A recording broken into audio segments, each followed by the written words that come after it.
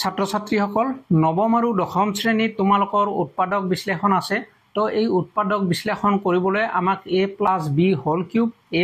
- b whole cube a + b whole square a - b whole square এই আটাইবোৰ সূত্ৰ আমাৰ প্ৰয়োজন হয় সেই সূত্ৰবোৰৰ মাজৰ পৰা আমি আজি এটা সূত্ৰ কি পদ্ধতিৰে কি টেকনিক লগাই আমি এই আটাইবোৰ সূত্ৰ মনত ৰাখিব পাৰো a + b হোল কিউবৰ a কিউব + b কিউব কেনেকৈ মনত ৰাখিব পাৰো সেই বিষয়ে আলোচনা কৰিম তো তোমালোকে ভিডিঅটো শেষলৈকে চাই থাকিবা ছাত্ৰ ছাত্ৰীসকল a + b হোল কিউব এইটো আমি কেনেকৈ উলিয়াম a + b whole cube means যদি মই ইয়াত a কিউব লিখো ইয়াৰ অৰ্থটো হল a তিনিটা আছে মই ইয়াক এনেদৰে লিখিব পাৰো a square * a a square * a লিখিলে ইয়াত পাৱাৰ কিমান আছে 1 আছে আৰু সূচকৰ নিয়মত আমি জানো a to the power m * a to the power n হলে এই দুটা একে হলে এই দুটা কি বুলি কয় এই দুটা ভূমি বুলি কয় বেজ বুলি কয় আৰু বেজ দুটা একে হলে পাৱাৰ দুটা যোগ হয় a to the power m + n হয় সিমিলাৰলি ইয়াতো মই কি ক'ব পাৰো ইয়াৰ বেজ দুটা একে আছে গতিকে আমি a 2 + 1 = a কিউব হয় অৰ্থাৎ a কিউবটোক আমি এনে ধৰণে লিখিব পাৰো এনে ধৰণে লিখিলে ইয়াৰ ৰিজাল্টটো কি হয় a কিউব হয় গতিকে মই যদি a কিউবটোক এই আকাৰত লিখিব পাৰো তেতিয়া a + b হোল কিউব এইখিনিক a বুলি ভাবিলে মই কি কৰিব পাৰো a + b হোল স্কয়াৰ আৰু এইটোক লিখিব পাৰো a + b তো এতিয়া হলে a + b হোল স্কয়াৰটো আমি জানো a + b হোল স্কয়াৰটো হল a square + twice ab + b square আৰু ইয়াত পূৰণ হৈ আছে a + b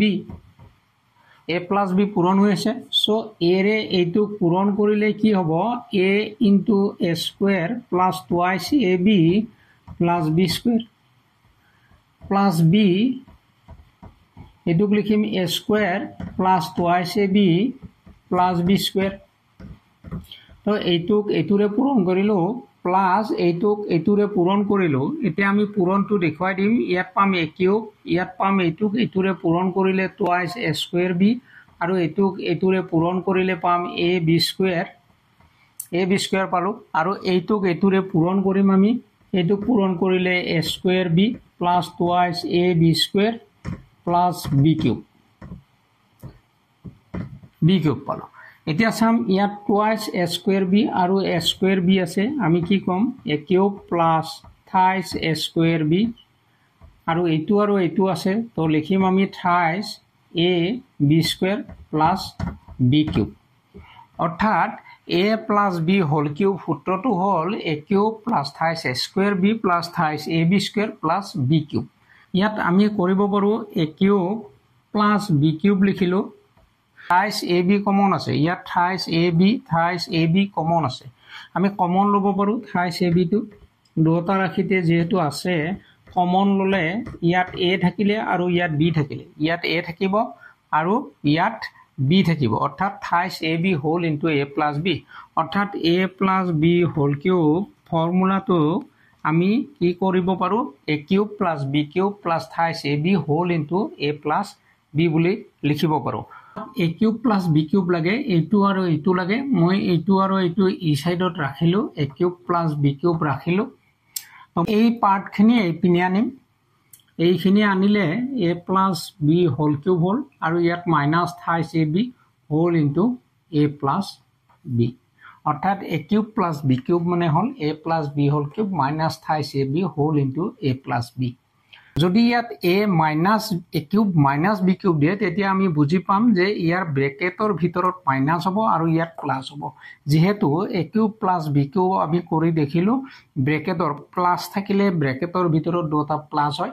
আৰু ব্ৰেকেটৰ বাহিৰৰ যিখিনি thrice ab আছে এইখিনি প্লাস থাকিলে মাইনাস হয় আৰু মাইনাস থাকিলে প্লাস হ'ব আৰু ব্ৰেকেটৰ ভিতৰৰ বিলাক মাইনাস হ'ব a কিউব + b কিউব এইখিনি ইপিনে লিখি এইখিনি মই ইপিনে লিখিম একো প্ৰবলেম নহয় তেতিয়াও ৰাইট লেফট কৰিছো তো a + b whole cube -thrice ab whole * a + b এইটো আমি সূত্ৰ পালো এতিয়া ইয়াত এইটো আৰু এইটো ৰাখি কমন আছে আমি কমন ল'ব পাৰোঁ a প্লাছ বি কমন ল'ব পাৰোঁ দুটা ৰাখিতে কমন আছে তো সেকেন্ড ব্ৰেকেট দিম a প্লাছ বি কমন আহিলে ইয়াত a plus B whole square থাকিব আৰু ইয়াত মাইনাছ থাইছ a b থাকিব ইয়াৰ পৰা আমি a প্লাছ b লিখিলোঁ আৰু এই a প্লাছ b হোল স্কয়াৰটো ভাঙিলে হ'ব a square plus twice ab plus b square আৰু এটো হ'ব মাইনাছ থাইছ a b ইয়াত তিনিটা ab আছে ইয়াত দুটা ab আছে তিনিটা ab ৰ পৰা দুটা ab গলে মাইনাছ ab থাকিব তো আমি লিখিম a plus b a square minus ab plus b square তো এইটো হল a কিউব প্লাছ b কিউবৰ অন্য এটা সূত্ৰ অৰ্থাৎ আমি এনে ধৰণেও a cube plus b cube সূত্ৰটো লিখিব পাৰো a cube plus b cube a plus b a square minus ab plus b square যদি আমাক a cube minus b cube লাগে তেতিয়া আমি লিখিম a minus b a square plus ab plus b square অৰ্থাৎ a cube minus b cube দিলে আমি ব্ৰেকেটৰ ভিতৰত a প্লাছ b যেনেকৈ লিখিছিলো ইয়াত আমি a মাইনাছ b লিখিম আৰু ব্ৰেকেটৰ ভিতৰত প্লাছ হ'ব